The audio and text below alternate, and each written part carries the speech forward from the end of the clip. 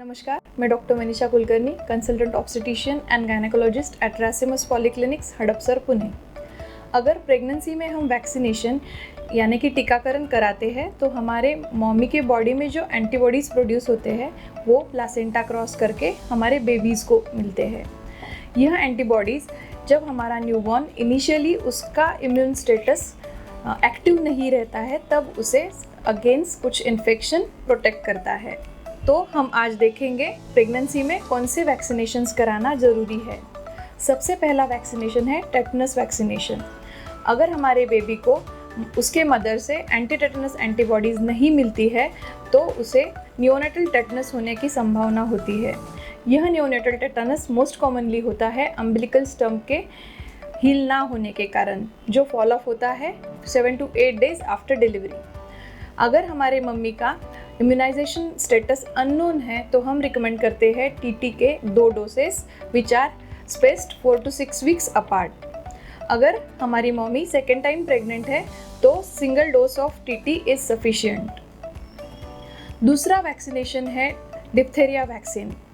Diphtheria का burden childhood immunisation की वजह से काफ़ी कम हो गया है, फिर भी ग्लोबल सिनेरियो में हमारा इंडिया डिप्थेरिया का मेजर कंट्रीब्यूशन कराता है।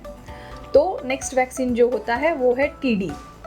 जो नेक्स्ट इन्फेक्शन है वो है पर्ट्यूसिस, जो हमें नियोनेटल इन्फेक्शन और नियोनेटल जो एडमिशन्स होते हैं एनआईसीयू में और हॉस्पिटलाइजेशन होते हैं वो बढ़ाता है।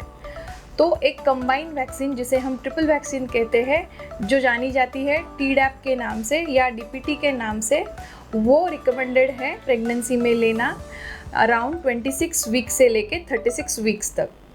ये वैक्सीन हमें 3 इन्फेक्शन से एक साथ प्रोटेक्ट कराती है।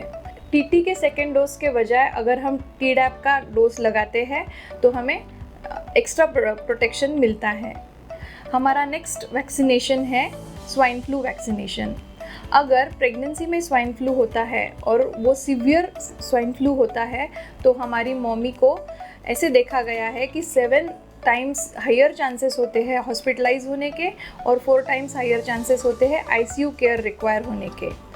अगर यह स्वाइन फ्लू प्रेगनेंसी में होता है तो हमारे बेबी में भी कुछ कॉम्प्लिकेशंस दिखाई दे सकते हैं, जैसे कि miscarriages, premature birth, neonatal deaths and increase admission to the NICU. ये इन सब चीज़ों को अगर हमें फाइट करना है तो एक सिंपल सोल्यूशन है जो है influenza vaccination. Influenza vaccination CDC recommend करती है एवरी प्रेगनेंसी में, एवरी फ्लू सीज़न में 26 वीक्स के बाद में।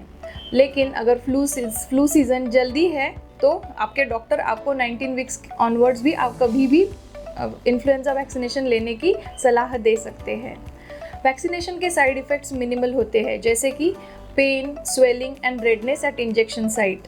इसके लिए आप बर्फ़ से सेक सकते हो यानी कि आइस फर्मेंटेशन कर सकते हो। कभी कभी आपको वैक्सीनेशन की वजह से फीवर भी हो सकता है, इसके लिए आप आपके डॉक्टर से कंसल्ट कर सकते हो। अगर आपको वैक्सीनेशन इन प्रेगनेंसी के बारे में कोई भी क्वेरीज है तो हमें ज़रूर कमेंट में लिखिएगा। Thank you.